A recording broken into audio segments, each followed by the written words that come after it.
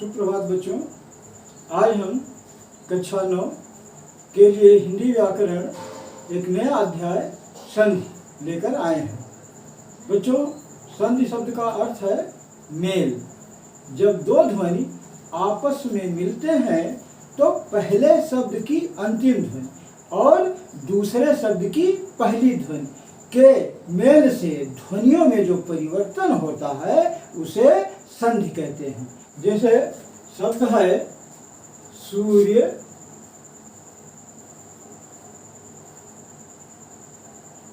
धन, उदय। अब देखिए, सूर्य के अंतिम शब्द में या है और या से आ की ध्वनि प्रतिध्वनित होती है और दूसरे शब्द में उ है, तो यह हो जाएगा छोटा आ, धन, छोटा उ। अब यह मिलकर बनेगा ओ, तो जो शब्द परिवर्तन हो जाएगा वो बनेगा सूर्योदय।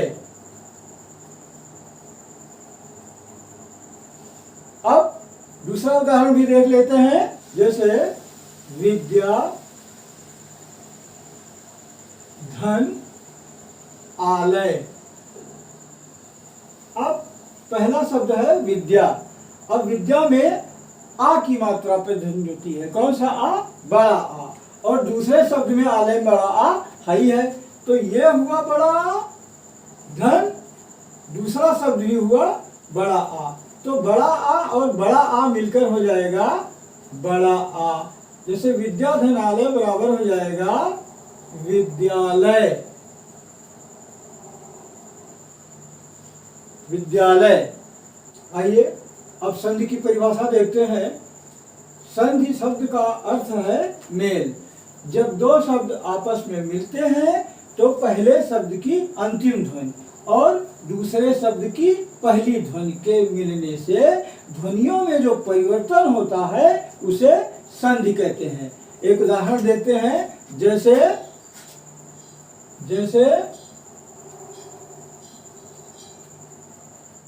कवि, धन, इंद्र बराबर कवींद्र। देखिए, अब कवि में वह पर छोटी ई की मात्रा है, तो इसको हम कहेंगे छोटी। धन, इंद्र में भी छोटी है, तो ये भी छोटी हो गई। तो छोटी ई और छोटी ई मिलकर बन जाते हैं बड़ी। तो जैसे कवींद्र में कवि में वहाँ पर छोटी की मात्रा है और इंद्र में छोटी ई है ही है, तो जब इसका आपस में मेल हुआ तो दोनों बड़ी हो गए, तो यह शब्द नया बन गया कवींद्र। ये हो गई संधि की परिभाषा। अब हम संधि के भेद के संदर्भ में जानते हैं। अब हम संधि के भेद देखते हैं। बच्चों, संधि के 3 भेद हैं: स्वर संधि, व्यंजन संधि और विसर्ग संधि। मान लीजिए ये है श्रीमान संधि। अब इनके 3 बच्चे हैं। पहले बच्चे का नाम है स्वर संधि, दूसरे बच्चे का नाम है व्यंजन संधि और तीसरे बच्चे का नाम है विसर्ग संधि। तो अब हम स्वर संधि के बारे में जानते हैं। स्वर संधि एक स्वर के बाद दूसरे स्वर के आने और मिलने पर जो परिवर्तन होता है उसे स्वर संधि कहते हैं। जैसे छोटा आ, धन, छोटा आ बराबर हो जाता है बड़ा। जैसे परम, धन, अणु बराबर परमाणु। अब यह पहला स्वर आकर मिला दूसरे स्वर में, तो ये दोनों जब मिल गए तो एक नया शब्द बन गया परमाणु। इसी तरह दूसरा उदाहरण है स्व, धन, अधीन। अब इसमें वा से छोटा आ की ध्वनि प्रतिध्वनित होती है और अधीन में भी तो आ है, तो छोटा आ इसमें भी हुआ और छोटा आ इसमें भी हुआ, तो छोटा आ छोटा दोनों जब मिल गए तो ये बड़ा आ बन गए।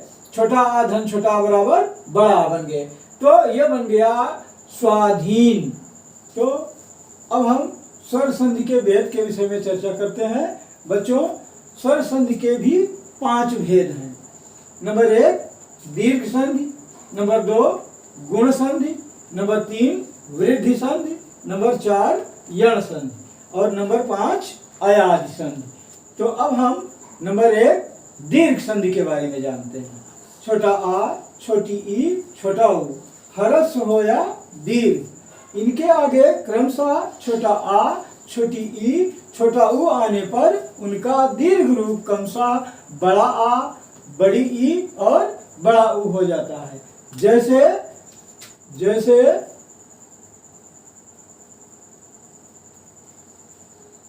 सूर्य, धन, अस्त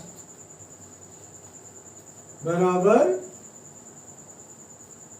सूर्यास्त। अब देखिए यहाँ या का रूप छोटा आ से था और यहाँ भी छोटा आ से था, लेकिन जब ये दोनों मिल गए तो ये बड़ा आ का रूप धारण कर लिए। तो सूर्य और अस्त जब आपस में मिल गए तो ये नया शब्द बन गया सूर्यास्त। इसका ध्वनि उच्चारण हुआ छोटा आ, धन, छोटा आ बराबर बड़ा। दूसरा शब्द देखते हैं सत्य, धन, अर्थ बराबर सत्यार्थ। अब देखिए पहले शब्द में या की ध्वनि आ को प्रतिध्वनित कर रही है और दूसरे में भी दूसरे शब्द की पहली ध्वनि भी आ को प्रदर्शित कर रही है। तो ये छोटा आ मिलकर बन जाते हैं बड़ा। तो जब सत्य और अर्थ दोनों का मेल हुआ तो ये नया शब्द बन गया सत्यार्थ। तो ये आपकी दीर्घ संधि हो गई। अब हम स्वर संधि के भेदों में दूसरी संधि गुण संधि के बारे में जानते हैं। छोटा आ आबलिक बड़ा, या इसको इस तरह भी कर सकते हैं छोटा आ या बड़ा आ के आगे छोटी ई, बड़ी ई, छोटा ऊ, बड़ा ऊ या री आने पर पहले और दूसरे स्वरों के स्थान पर क्रमशः ए, औ और अर हो जाता है। जैसे नरेंद्र में नर, धन, इंद्र बराबर नरेंद्र हो जाता है। अब इसकी ध्वनियों के बारे में जान लेते हैं। नर में देखिए रा से आ की ध्वनि प्रतिध्वनित होती है, छोटा आ। धन, अब दूसरे शब्द में इंद्र में छोटी ई है ही है, ये छोटी ई है ही। तो ये जब आपस में मिलते हैं तो ये हो जाता है ए। छोटा आ, धन, छोटी ई बराबर ए। इस तरह हुआ नर, धन, इंद्र बराबर नरेंद्र। दूसरा उदाहरण देख लेते हैं। सूर्य, धन, इंद्र बराबर सुरेंद्र। अब इसमें भी देखिए सूर्य का अंतिम शब्द रा है और रा से आ की ध्वनि प्रतिध्वनित होती है और दूसरा शब्द है इंद्र। इंद्र में भी दूसरे शब्द की पहली ध्वनि ई है, तो छोटा आ और छोटी ई मिलकर ए हो जाते हैं। तो इस तरह दोनों के संयोग से बना सूर्य, धन, इंद्र बराबर सुरेंद्र। अब अगले उदाहरण के बारे में देखते हैं। जैसे छोटा आ, धन, बड़ी ई बराबर हो जाएगा ए। जैसे नर, धन, ईश बराबर नरेश।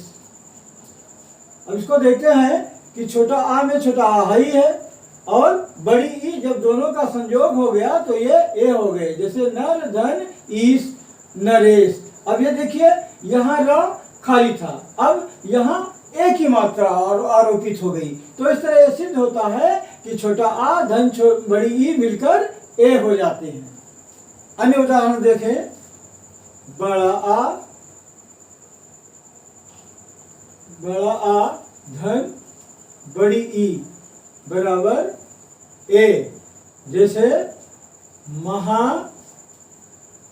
धन ईश बराबर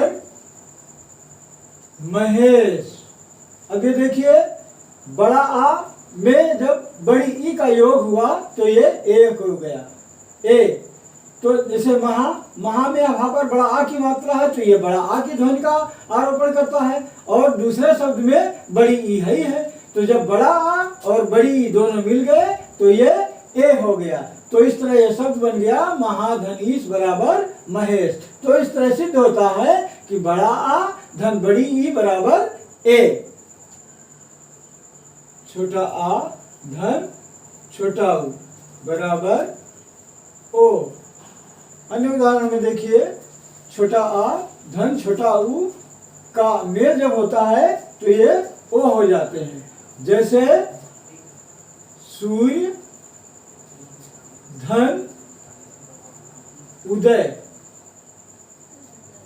बराबर सूर्योदय। अब देखिए सूर्य का अंतिम शब्द या की ध्वनि प्रतिध्वनित करता है, और दूसरे शब्द में उदय में छोटा ऊ है। तो इस तरह ये छोटा आ और छोटा ऊ, ये छोटा आ और छोटा ऊ जब दोनों मिल गए तो यहाँ पर देखिए ओ की मात्रा है तो ये ओ हो गया। अन्य उदाहरण देते हैं, जैसे छोटा आ धन री, तो इनका दोनों का जब संयोग होगा तो ये दोनों अर हो जाएंगे। जैसे देव धन ऋषि बराबर देवर्षि। अब देखिए छोटा आ और री में जब मेल हुआ तो दोनों अर हो गए।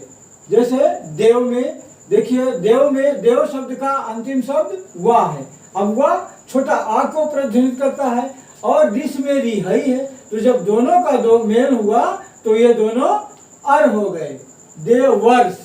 अर की ध्वनि उच्चारित होती है। तो इससे सिद्ध होता है कि छोटा आ धन री बराबर अर, जैसे देव धन ऋष बराबर देवर्ष। बस बच्चों आज के प्रारूप में इतना ही था। अन्य के विषय में हम अगले टर्न पर अध्ययन करेंगे। धन्यवाद। आपका दिन मंगलमय हो।